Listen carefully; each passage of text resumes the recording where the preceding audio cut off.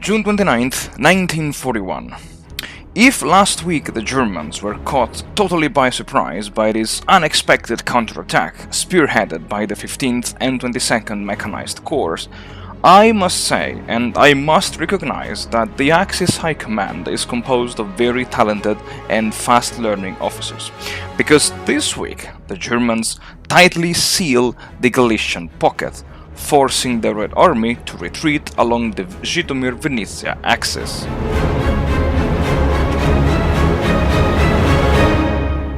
Howdy folks, welcome back to the channel and welcome to, I would say, the second part of this second turn of this War in the East 2 campaign in PBEM. And this time around it's time to have a look at what happened south of the Pripyat marshes, namely in Ukraine.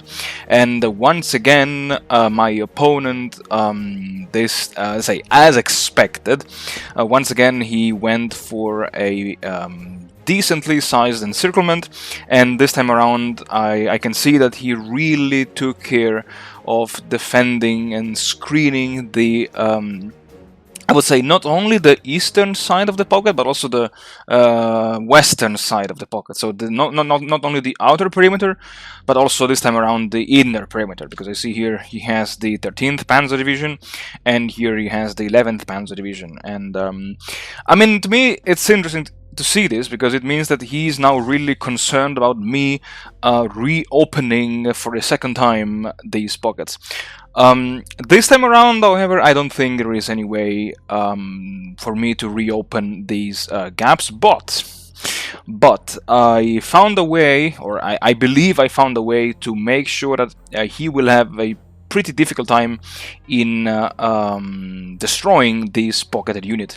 And especially here in Brody and Dubno, I see I do have some swampy hexes, and because swamps gives the best and the highest defensive combat value, my idea here is just to regroup as many units as possible into one single swampy hex, so that hopefully I could delay and I could keep as many units as busy as possible for at least one more turn, and the same holds true for this one here. And overall, the situation is more critical here in the sector of the Southern Front, because the 11th Army, yes, these are the units of the 11th Army, is closing in, and I will lose the 176th and the 30th Mountain Rifle Division, even though I know they will come back because they are not scheduled for being disbanded within turn 28.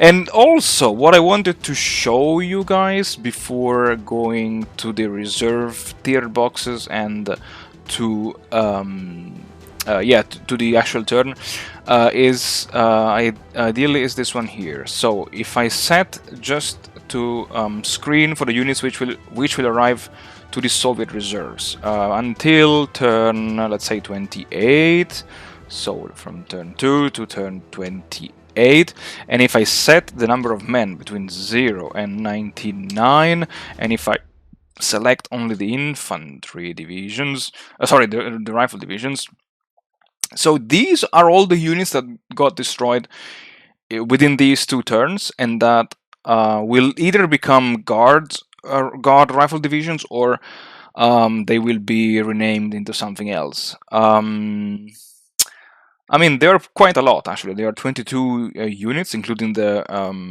I mean, okay, these are just. Let's screen for divisions. 16 units, only 16 units, but still, I mean, some of them will arrive already in a couple of weeks, while for others I will have to wait quite some time. Yeah, it's not too bad. And 2 mechanized, oh my god, the 84th will arrive at the end of December, in mid-December, sorry. And armored divisions, yeah, 1, 2, 3, 4, 5. I mean, yeah, cavalry divisions, none of them. Motorized, none. Airborne. Oh, right. No. Airborne. Any? Okay, the 201st Airborne Brigade. Anyway, I just wanted to show you this, and so the strategy here is to, as I said, to regroup the units here in the swampy area, and pull back my troops, ideally behind Zhytomyr and behind this river here, behind Kazatin, Kalinovka, and Vinitsa, and then behind the Yuzhny Bug. Now, because the southern front is, I would say, quite in danger, and because I need, before reinforcing Odessa, I need to park the units into an hex adjacent to the one of the fort of Odessa. The plan is to move by rail as many units as I possibly can around the port of Odessa, ideally 9, so that next week I can put them inside the fort. And then nothing, I will just pull back. I'm ready to give up ground over here, and yeah, I will just pull back with all what I have. And also, I will do one thing that I forgot to do in the last episode, which is to move the air groups inside the Mogilev Orsha pocket. Yes, but I will do it at the end. Well, enough talking for now, folks, and let's jump straight into the episode. Alright, folks, so because I don't have many new things to say in this overlay speech, I just wanted to justify one small thing. I disbanded right now some fortified units west of Kiev, and I will also disband further on into this episode the fortified units behind the, I think it's the Dniester River, or anyway, the ones that are close to Odessa. The reason why I disbanded them is because, first of all, they are super weak, and second, they do not contribute to in any way to the defense of the line. Third, their position was compromised anyway, and fourth, I did not want to accumulate additional defeats on one hand, and on the other hand, I didn't want to give my opponent easy victories that could have increased the stats of some of his commanding officers. And well, that's basically it.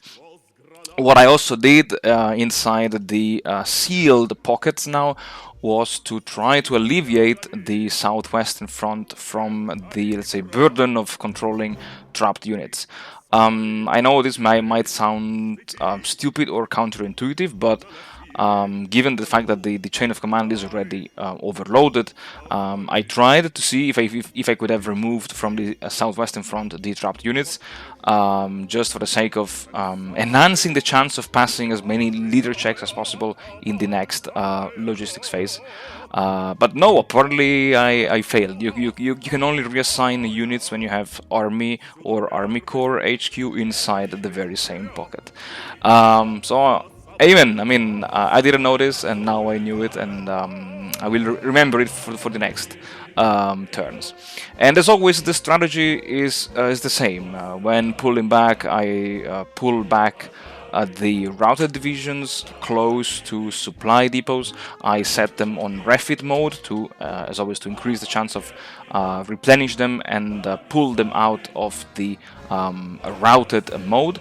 And then, yeah, I tried my best to establish a defensive line. Interestingly, I also decided to concentrate 3 units into one hex.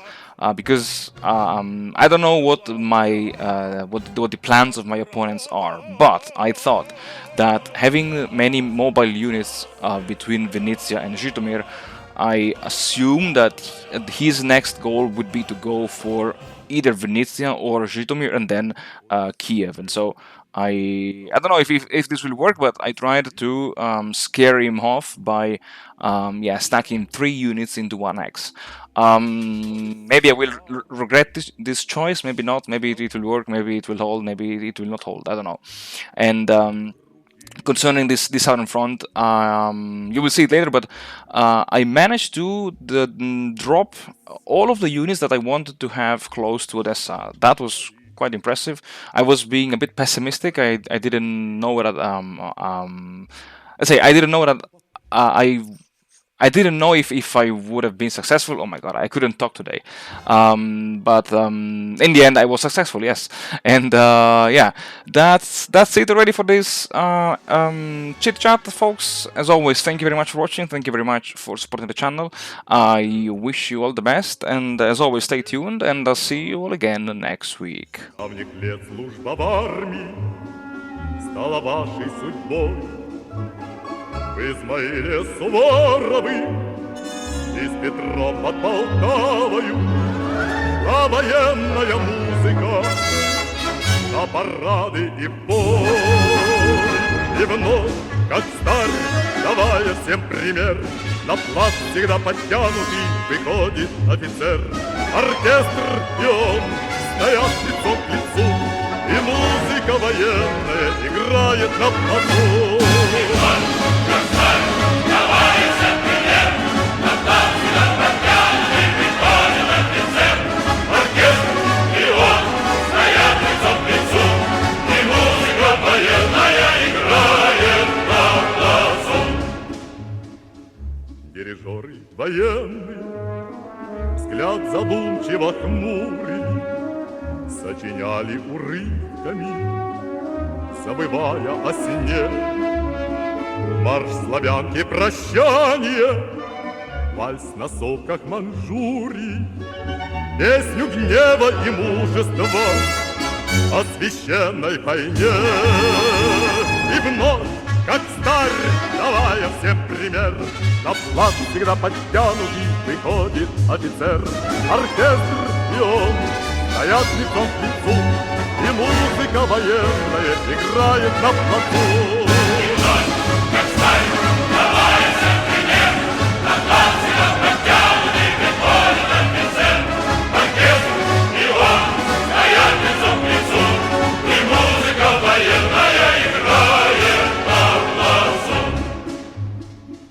Дирижеры военные, ваши руки волшебные, взмах и звуки бравурные полетят в небосвод.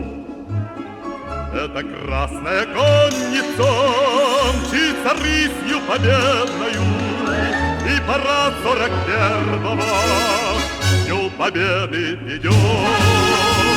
И вновь, как старый, давая всем пример, на плац всегда подтянутый выходит офицер. Оркестр и он стоят лицом к лицу, и музыка военная играет на плацу.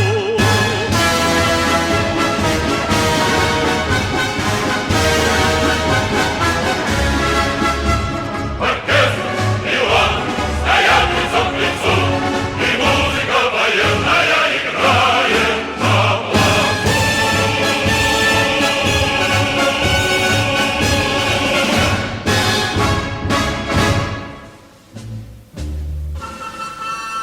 Остался дом за дымкою степною, и скоро я к нему вернусь обратно. Ты только будь, пожалуйста, со мною, товарищ правда, товарищ правда. Ты только будь, пожалуйста, со мною, товарищ правда.